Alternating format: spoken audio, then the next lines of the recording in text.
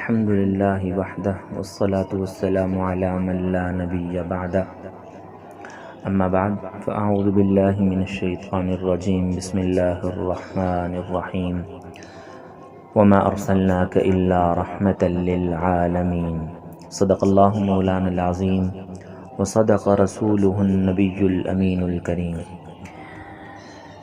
آج کی نشست میں آقا صلی اللہ علیہ وسلم کی ولادت سے قبل کے کچھ حالات واقعات آپ کے سامنے مختصر وقت میں پیش کرنے کا ارادہ ہے۔ دعا ہے اللہ حق سچ کہنے، سمجھنے اور عمل کرنے کی توفیق عطا فرمائے۔ آقا صلی اللہ علیہ وسلم کی ولادت باسعادت سے پہلے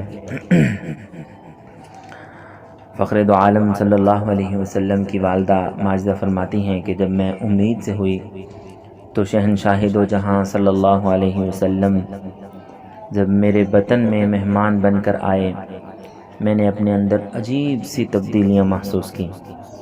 زچگی کے ایام میں عورتیں جو بوجھ اور تکلیف محسوس کرتی ہیں اس کا مجھے قطعاً احساس نہیں ہوا۔ مکہ کی گلیاں اور بازار اس زمانے میں آج جیسے ہیں ایسی نہیں تھی۔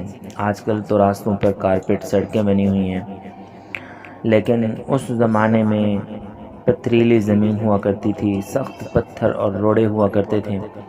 اما آمنہ فرماتی ہیں کہ جن ایام میں امام الانبیاء سرور دو جہاں صلی اللہ علیہ وسلم میرے بدن مبارک میں تھے، اگر کوئی پتھر یا روڑا میرے پاؤں کے نیچے آ جاتا تو وہ روئی کے گالوں کی طرح نرم ہو جایا کرتا تھا۔ اور اسی طرح ایک اور واقعہ فرماتی ہیں کہ جیسے ہمارے ہاں دیہاتوں میں رواج ہے کہ عورتیں کنووں پر پانی لینے کے لیے جایا کرتی ہیں، تو باری باری اپنا ڈول کنویں کے اندر ڈالتی ہیں اور پھر پانی نکالتی ہیں۔ اماں فرماتی ہیں کہ جب میں اپنی سہیلیوں کے ساتھ کنویں پر جاتی تو عورتیں اپنا اپنا ڈول ڈال کر پانی نکال لیتی تھیں۔ سرور دو جہاں صلی اللہ علیہ وسلم کی برکت اور سعادت سے میں جو ہی کنویں کے اندر اپنا ڈول ڈالتی تو کنویں کا پانی اٹھ کر کنویں کے منڈیروں تک آ جایا کرتا تھا اور میں بالکل آسانی کے ساتھ پانی بھر لیا کرتی تھی۔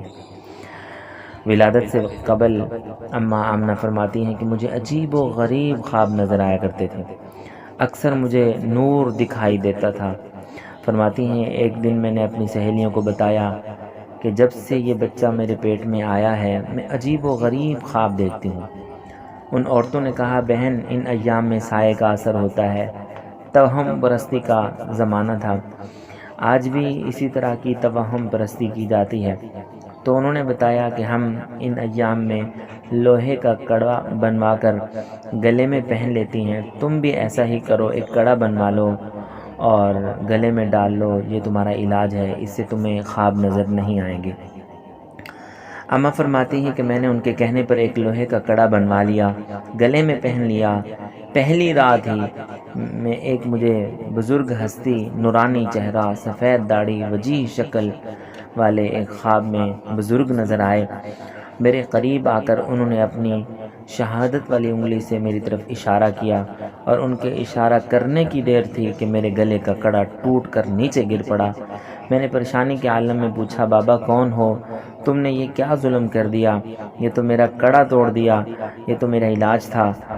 تو وہ فرمانے لگے بیٹی میں ابراہیم خلیل اللہ ہوں، میں تمہیں بشارت دینے کے لیے آیا ہوں کہ آپ کے پیٹ میں کوئی معمولی بچہ نہیں بلکہ نبیوں کا سردار ہے، امت کا دلدار ہے، آقائے نامدار ہے، ختم نبوت کا تاجدار ہے۔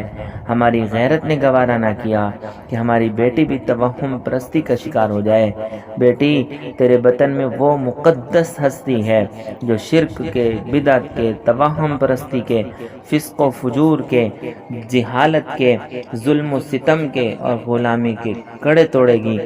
یہ جب دنیا میں آئے گا حق کا بول بالا ہوگا، سچ کا اجالا ہوگا، کفر کا منہ کالا ہوگا، یہ پیغمبر سب سے اعلیٰ ہوگا۔ اما آمنہ جن دنوں امانت نبوت کی امین ہوئی، آپ سے خوشبو آیا کرتی تھی۔ مکے کی عورتوں میں یہ بات چل نکلی کہ سردار مکہ کی بہو نہایت قیمتی عطر استعمال کرتی ہے۔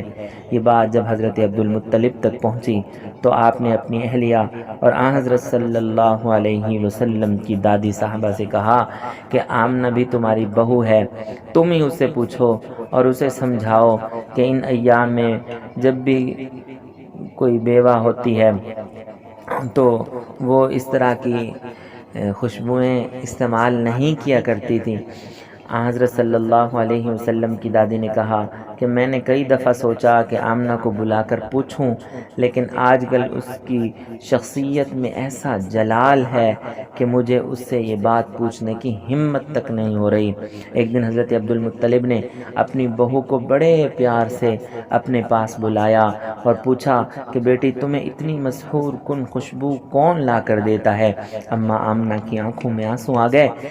فرمایا ابا میں نے تو آج تک بازار نہیں دیکھا، بھلا بیوہ ہوتے ہوئے کیسے عطر اور خوشبو استعمال کر سکتی ہوں؟ آپ خوشبو کی بات کرتے ہیں، ان دنوں میں جو کچھ میں دیکھتی ہوں اگر آپ کے سامنے بیان کروں تو آپ مجھے پاگل اور دیوانی کہنے لگ جائیں گے۔